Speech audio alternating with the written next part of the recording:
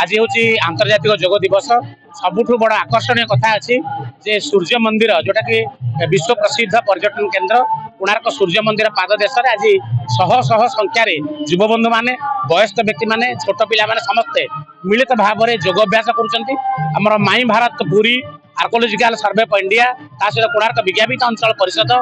समस्त गणमाध्यम प्रतिनिधि मान पक्षर ये गोटे सुंदर भाव में प्रयास कर जोटि की पूरी जिला शिक्षा विभाग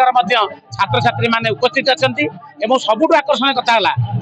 निजक सुस्थ रखापी सबल रखापी योगाभ्यास आम समस्त जीवन में निश्चित भाव में कम आस। आज जो अंतर्जातीय योग दिवस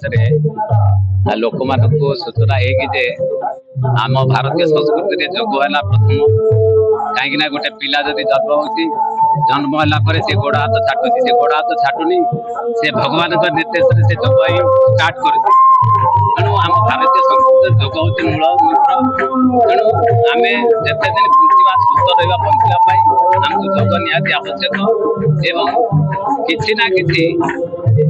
बेसी समय न कले ना मनुष्य शरीर 15 रु अध घंटे समय पर्यंत आम योग निहाती करने दरकार। बहुत भल लगुच गोटे बहुत भल माने परंपरा ये